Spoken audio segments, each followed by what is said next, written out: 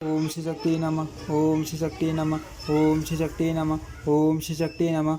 वृंदावन क्षेत्र के विभिन्न टेटों के सेवन का माहात्म्य। मोने बोली मथुरा और द्वादश वनों का माहात्म्य मैंने सुना है। अब कुछ वृंदावन का रहस्य भी बताइए। पुरोहित वसु ने कहा देवी मुझसे वृंदावन का रहस्य सुनो। मथुरा मंडल में स्थित श्री वृंदावन जागृत आदि तीनों अवस्थाओं से परे हैं। सिर में तुर्यांश रूप हैं। वह गोपी वल्लभ श्याम सुंदर की एकांत लीलाओं का निगूढ़ स्थल है, जहाँ सखी स्थल के समीप गिरिराज गोवर्धन शोभा पाता है। वृंदावन वंटा देवी का तपोवन है। वह नंद गांव से लेकर यमुना के किनारे दूर तक फैला हुआ है। यमुना के सुरम्य तट पर रमणीय तथा पवित्र वृंदावन शोभित है। वृंदावन में भी कुसुम सरोवर परम पुण्य में स्थल है। उसके मनोहर तट पर वंडा देवी का अत्यंत सुखदायक आश्रम है, जहाँ मध्य काल में सखाओं के साथ श्याम सुंदर श्री कृष्ण नित्य विश्राम करते हैं। मोहिनी वहाँ भगवान ने आपके पिता को तत्व का साक्षात्कार कराया था। वह पुण्य स्थान वृंदावन में ब्रह्म कुंड के नाम से प्रसिद्ध है। जो मनुष्य वह मूल वेश का चिंतन करते हुए स्नान करता है, वह नित्य बिहारी श्याम सुंदर के वैभव का कुछ चमत्कार देखता है। जहाँ श्री कृष्ण तत्व जानकर इंद्र ने उन गोविंद देव का चिंतन किया था, उस स्थान को गोविंद कुंड कहते हैं। वहाँ स्नान करके भी मनुष्य गोविंद को पा लेता है। जहाँ एक होकर भी अनेक रूप धारण करके कुंज बिहारी श्याम सुंदर ने गोपांगनाओं के साथ रामलीला की थी, उसका भी वैसा ही महात्म्य है। जहाँ नंद आदि गोपों ने भगवान श्री कृष्ण का वैभव देखा था, वह यमुना जी के जल में तत्व प्रकाश नामक तीर्थ कहाँ है, जहाँ गोपों ने काली यम मर्दन की लीला देखी थी। वह भी पुण्यतीर्थ बताया गया है, जो मनुष्यों के पाप का नाश करने वाला, जहाँ स्त्री बालक गोधन और बछड़ों सहित गोपों को श्री कृष्ण दावानल से मुक्त किया। वह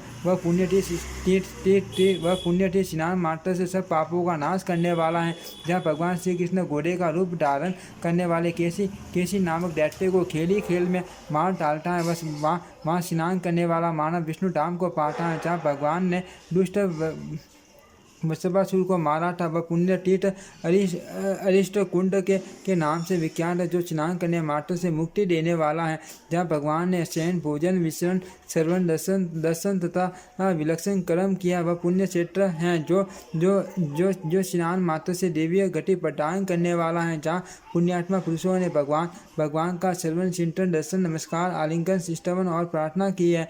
वह भी उत्तम गति देने वाला तीर्थ है, जहाँ श्री राधा ने अत्यंत कठोर तपस्या की थी। वह श्री राधा कुंड स्नान दान और जप के लिए परम पुण्य में तीर्थ हैं। वर्ष तीर्थ चंद्र सरोवर अप्सरा तीर्थ रुद्र कुंड तथा काम कुंड ये भगवान श्री हरि के उत्तम निवास स्थान है। विशाल अलकनंदा मनोहर कदम्ब खंड विमल तीर्थ धर्म कुंड भोजन स्थल बल स्थान भरत सानु बरसाना संकेत स्थान नंदीग्राम नंदगांव किशोरी कुंड कोकिल वन शेष साई तीर्थ शेष सागर कीड़ा देश अक्षय वट राम कुंड श्रीधरण भद्रवन बांटरी वन बिलवन मानसरोवर पुष्प पुलिन भक्त भोजन अक्रूर घाट गरुड़ गोविंद तथा बहुला वन, यह सब वृंदावन नामक क्षेत्र हैं, जो सब ओर से 5 योजन विस्तृत है। वह परम पुण्य में तीर्थ पुण्यात्मा पुरुषों से सेवित है और दर्शन मात्र से ही मोक्ष देने वाला है। वह अत्यंत दुर्लभ है। देवता लोग भी उसका दर्शन चाहते हैं। वहाँ की आंतरिक लीला का दर्शन करने में देवता लोग तपस्या से भी समर्थ नहीं हो पाते। जो सब और की आसक्तियों का त्याग करके वृंदावन की शरण लेते हैं, उनके लिए तीनों लोकों में कुछ भी दुर्लभ नहीं है। जो वृंदावन के नाम का भी उच्चारण करता है उसकी भी नंदन श्री कृष्ण के प्रति सदा भक्ति बनी रहती है। पवित्र वृंदावन के नर नारी कर्मी कीट पतंग खग मर्ग वृक्ष और पर्वत भी निरंतर श्री राधा कृष्ण का उच्चारण करते रहते हैं, जो श्री कृष्ण की माया से मोहित हैं और जिनका सिद्ध काम रूपी मल से मलिन हो रहा है। ऐसे पुरुषों को सफल में भी वृंदावन का दर्शन दुर्लभ है। जिन पुण्यात्मा पुरुषों ने श्री वृंदावन का दर्शन किया है, उन्होंने अपना जन्म सफल कर लिया। वे श्री हरि की कृपा पात्र हैं। विकी नंदिनी बहुत कहने सुनने से क्या लाभ। मुक्ति की इच्छा रखने वाले लोगों को भव्य एवं पुण्य वृंदावन का सेवन करना चाहिए। सदा वृंदावन का वृंदावन का दर्शन करना चाहिए, सदा वहाँ की यात्रा करनी चाहिए तथा सदैव उसका सेवन और ध्यान करना चाहिए। इस पृथ्वी पर वृंदावन के समान कीर्ति वर्धन स्थान दूसरा कोई नहीं है। प्राचीन कल की बात है। वृंदावन में गोवर्धन नाम के एक दिव्य ने बड़ी भारी तपस्या की। वह समस्त संसार से विरक्त हो गया था। देवताओं के स्वामी अविनाशी भगवान विष्णु अपनी लीला भूमि में उस ब्राह्मण को वर देने के लिए गए। ब्राह्मण ने देखा देवेश्वर श्री हरि ने अपने हाथों में शंख चक्र गदा और पंच धारण कर रखे थे। उनका पग स्थल सुंदर कौस्तुभ मणि से सुशोभित है। कानों में मकरा करती कुंडल चलमला रहे हैं। माथे पर सुंदर किरीट चमक रहा है।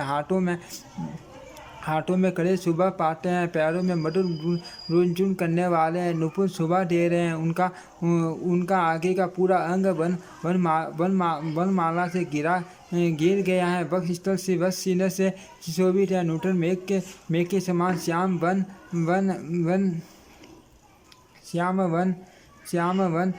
नूतन मेघ के समान श्याम वन शरीर विद्युत की सी कांटे वाली रेशमी पीताम्बर प्रकाशित हो रहा है। नाभि और गिरवा सुंदर है। कपोल और नासिका सुगर है। दांतों की पंक्ति सवस है। मुख पर मनोर मुस्कान की छटा सार रही है। जानूर उरु भुजाएं तथा शरीर का मध्य भाग सुंदर है। कृपा के तो वे महासागरी हैं। सदा आनंद में डूबे रहते हैं। इनके मुखार बीन से सदा प्रसन्नता बरसती रहती है। इस प्रकार भगवान की झांकी देखकर ब्राह्मण सहसा उठ खड़े हुए और पृथ्वी पर दंड की बाटी लेटकर उन्होंने भगवान को साष्टांग प्रणाम किया। फिर भगवान के द्वारा वर मांगने की आज्ञा मिलने पर गोवर्धन ब्राह्मण श्री हरि से बोले, प्रभु आप मुझे दोनों शरणों से दबाकर मेरी पीठ पर खड़े रहे। ये मेरे लिए वर हैं। गोवर्धन का यह वचन सुनकर भक्त वत्सल भगवान ने बार बार इस पर विचार किया। फिर वे उसकी पीठ पर चढ़कर खड़े हो गए। तब ब्राह्मण ने फिर कहा, देवी जगतपते मेरी पीठ पर खड़े हुए आपका अब मैं उतार नहीं सकता, इसीलिए इसी रूप में स्थिर हो जाइए। तभी से विश्वात्मा भगवान पर्वत रूपधारी गोवर्धन ब्राह्मण का त्याग न करके प्रतिदिन योगी वन में जाते हैं। कृष्ण अवतार में भगवान ने गोवर्धन ब्राह्मण को अपने सारूप्य भाव को प्राप्त हुआ जानकर उसे नंद आदि के द्वारा गिरिराज पूजन के व्यास से भोजन कराया।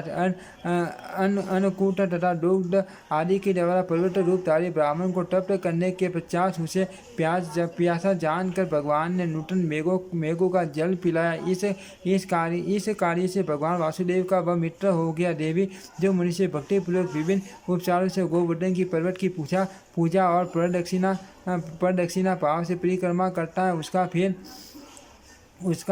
फिर इस संसार में जन्म नहीं होता। भगवान के निवास से गोवर्धन पर्वत परम पवित्र हो गया। शुभ के आप ही बताओ, इस पृथ्वी पर श्री कृष्ण की विविध क्रीड़ाओं से सुशोभित यमुना का रमणीय पुलिन वृंदावन के सिवा और कहाँ है। इसीलिए सब प्रकार से प्रयत्न करके दूसरे पवित्र तथा पुण्यदायक वनों, नदियों और पर्वतों को छोड़कर मनुष्य को सदा वृंदावन का सेवन करना चाहिए। जहाँ यमुना जैसी ये पुण्यदायिनी नदी है, जहाँ गिरिराज गोवर्धन जैसा पुण्य में पर्वत है, उस वृंदावन से बढ़कर दूसरा पावन वन इस पृथ्वी पर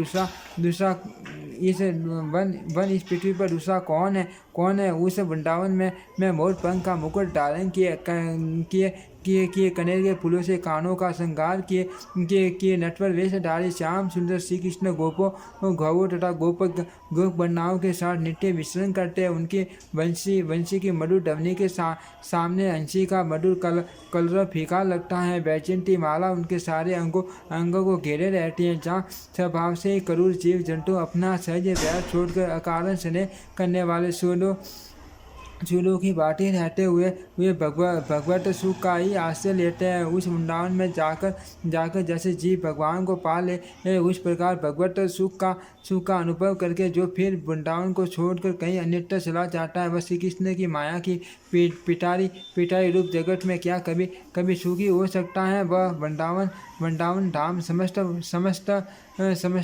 वसुधा का पुण्य रूप है। उसका आश्रय लेकर मेरा सिर इस अज्ञात काल में जगत को निश्चय करके स्वयं सदा के लिए सबके ऊपर स्थित हैं। भगवान गोपीनाथ यहाँ पग पग पर प्रेम से दर्वित हो नीच उसका विचार नहीं करते। अपने सब भक्तों का उद्धार कर ही देते हैं। जो वज्र के गोपियों खरगों मुर्गों पर्वतों गावों भूभागों तथा दुलकनों का भी दर्शन एवं स्मरण करके उन्हें प्रणाम करता है उसके प्रेम पास में आबद्ध हो भगवान श्री कृष्ण उस भक्त के अंतःकरण में अपने प्रति दास्य भाव का उदय करा देते हैं। उन वज्रराज श्याम सुंदर के सिवा दूसरा कौन देवता सेवन के योग्य हो सकता है। मोहिनी यह वृंदावन का महात्म्य आपको संक्षेप से बताया गया है। संसार में भय से डरे हुए पापी मनुष्यों को सदा इस वृंदावन का ही श्रवण करना चाहिए। सदा इस वृंदावन का ही श्रवण कीर्तन स्मरण तथा ध्यान करना चाहिए। जो मनुष्य पवित्र भाव में वृंदावन के महात्म्य का श्रवण करता है वह भी निस्संदेह साक्षात विष्णु रूप ही है। ओम श्री शक्ति नमः। ओम श्री शक्ति नमः। ओम श्री शक्ति नमः। ओम श्री शक्ति नमः।